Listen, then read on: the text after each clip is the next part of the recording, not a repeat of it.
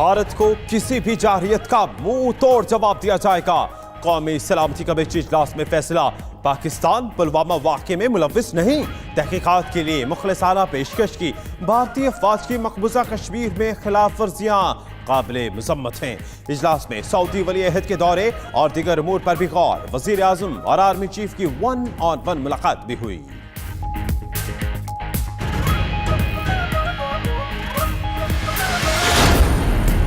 वज़ीर आज़म इमरान खान की ज़ेरे सदारत काबीना का इजलास, 13 निकाती एजेंडा ज़ेरे गौर। सरकारी अफसरान की मुद्दत मुलाजमत के तहफ़्फ़ुज़ का मामला भी एजेंडे में शामिल। काबीना सिगरेट और नुकसानदेह मशरूबात पर हेल्थ लेवी टैक्स लगाने और नादरा के अकाउंट्स के ऑडिट की मंजूरी देगी। दीगर कई उमूर भी ज़ेरे गौर आएंगे।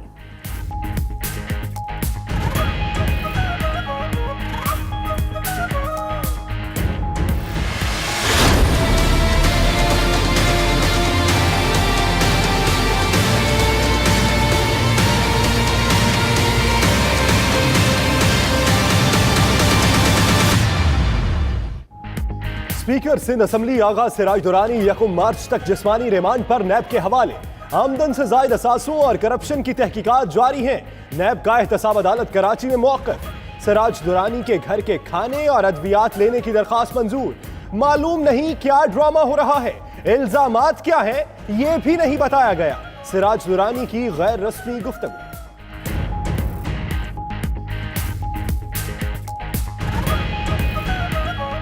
शहीद बेनज़ीर भुट्टो का इंक्वायरी में तावन नहीं किया आपने, मुझे बुलाया नहीं तो कहा। नैब का केजीए के दफ्तर पर छापा, सिराज दुरानी की गिरफ्तारी के बाद रिकॉर्ड हासिल करने के लिए छापा मारा गया। रिकॉर्ड की छानबीन की। सिराज दुरानी ने बतौर वजीर बल्दियात केडीए में प्लॉट्स की अलॉटमेंट की थी। खिलाफ कानून मनपसंद अफराद को अलॉटमेंट का इल्जाम।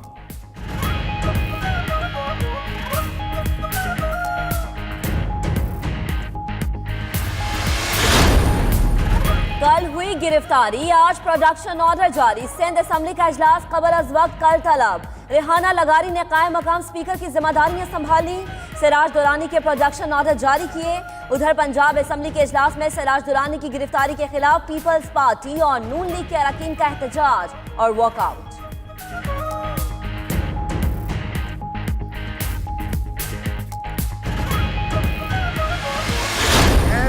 पूरी टीम उनके घर पे धावा बोलती है, जबरदस्ती दीवारें टाप के गेट तोड़ के उनके घर में दाखिल हुए। निहायती बदतमीजी की गई खवातीन के साथ। सिगरेट पी रहे थे, फिक्रे कसते रहे। चेयरमैन नैब से दरखास्त करूंगा उनको सजा दें जिन्होंने खवातीन के साथ ऐसा सलूक किया है।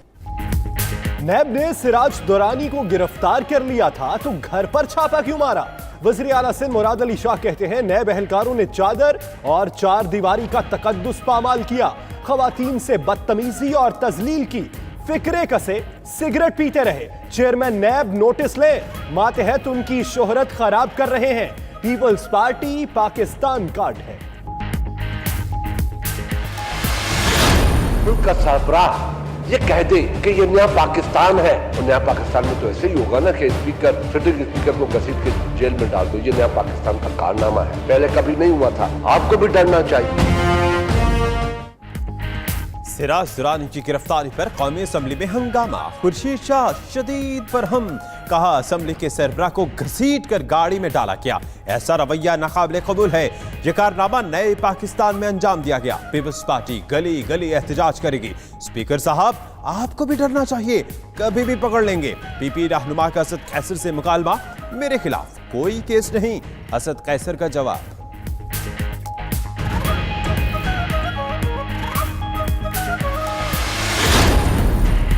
नून लीग पाकिस्तान पीपल्स पार्टी के हमनवा। स्पीकर सिंध असम्बली की गिरफ्तारी जमहूरियत पर हमला करार। शाहिद अक्कान अब्बासी कहते हैं स्पीकर की बगैर सबूत गिरफ्तारी पर एहतजाज तो लाजिम है। एहसन इकबाल बोले नए पाकिस्तान के फिल्म में अवाम से जन्नत का वादा करके जहन्नुम में धकेल दिया गया। ख्वाजा आसिफ ने कहा कल ₹2.25 फी यूनिट बिजली महंगी कर दी गई। गैस और बिजली की कीमतें बढ़ाने पर एहतजाज का इंदिया भी दे दिया।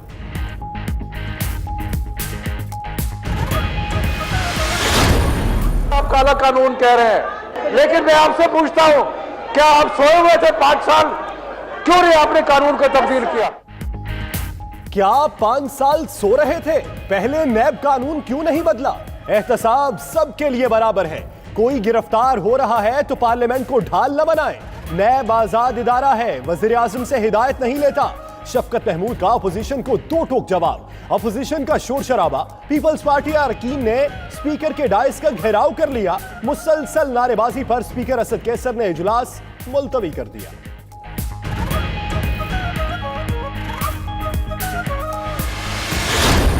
आसिफ अली जरदारी साहब करप्शन के जिन हैं, उनकी जान मुख्तलिफ तोतों में है। उसमें आगा सिराज दुरानी साहब भी हैं, डॉक्टर आसिम साहब भी हैं, शर्जील मेमन साहब भी हैं, मुजफ्फर टप्पी साहब भी हैं, ज़ुहैर बलोच साहब भी हैं।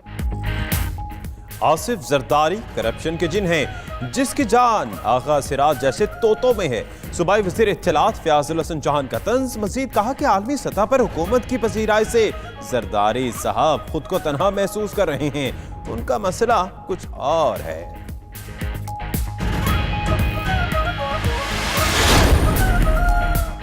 अपोजिशन लीडर शहबाज शरीफ की जिना अस्पताल आमद। नवाज शरीफ की इयादत की। नून लीग के सदर की आमद पर कारकुनान ने उनके हक में नारे लगाए। शहबाज शरीफ की गाड़ी पर गुलाब की पत्तियां भी निछावर की।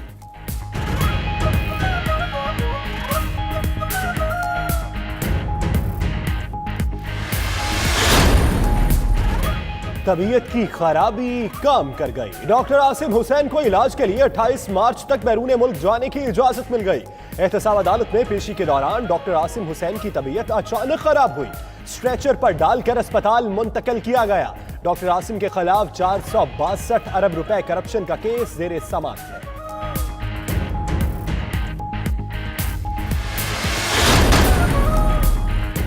भारत के साथ कशीदगी से किसी बड़े नुकसान का खदशा नहीं, वजीर खजाना ने क्लियर कर दिया। बोले FATF कल अपनी स्टेटमेंट जारी करेगा। खुशखबरी आ सकती है। IMF से मुज़ाकरात तकमीली मराहिल में है। शराइत तय होने से पहले कुछ कहा नहीं जा सकता। असद उमर की 92 न्यूज से खुसूसी गुफ्तगू।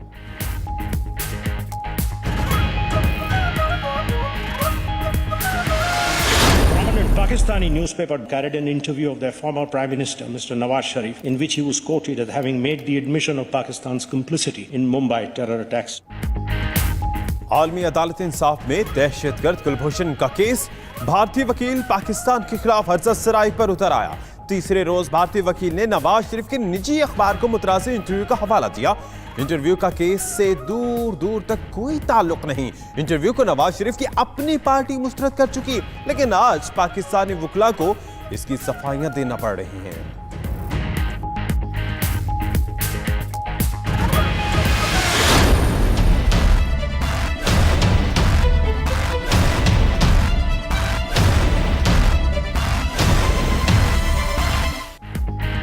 भारतीय दहशतगर्द कुलभूषण का आलमी अदालत में केस का चौथा रोज। पाकिस्तान के हतमी दलाइल, कुलभूषण ने हुसैन मुबारक के जाली नाम से पासपोर्ट बनाया। भारतीय वकील ने मान लिया। मामले पर रिलीफ भी मांग लिया। मामला सिविल अदालत भेजने की इस्तदा भी कर दी।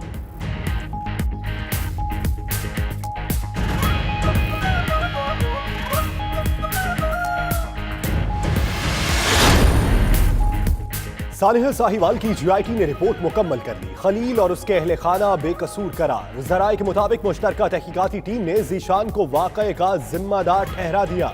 GIT के मुताबिक ज़ीशान के दहशतगर्दों से रवाबित थे, घर में पनाह भी देता था। ऑपरेशन में खलील की फैमिली को बचाया जा सकता था।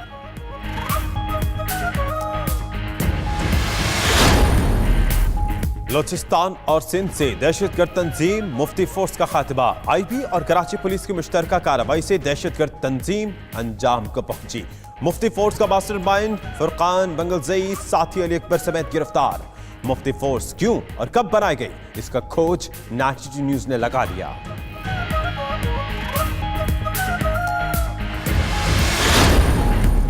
गुजरात में दिल खराश वाकया। घरेलू झगड़े पर बीवी और 3 बच्चों को बेदर्दी से कत्ल कर दिया। मकतूलेन में 2 बेटियां और 1 बेटा शामिल। चारों अफराद को डंडे और छुरियों के वार से कत्ल करने के बाद मुलजिम ने खुदकुशी कर ली।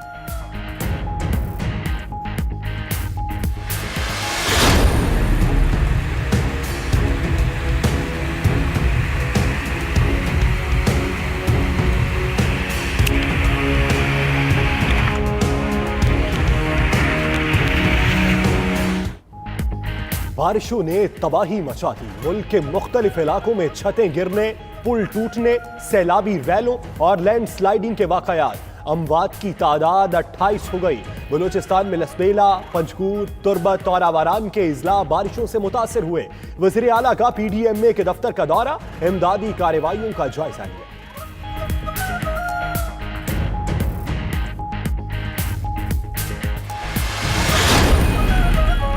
बांग्लादेश में खौफनाक आग, 78 अफराद लुक़्मे अजल बन गए। ढाका की 4 मंजिला इमारत में आग रात गए लगी। रिहायशियों को बाहर निकलने की मोहलत ही ना मिली। दर्जनों अफराद झुलस कर जख्मी। अमवात मजीद बढ़ने का खदशा। इमारत में प्लास्टिक के अशिया के गोदाम थे।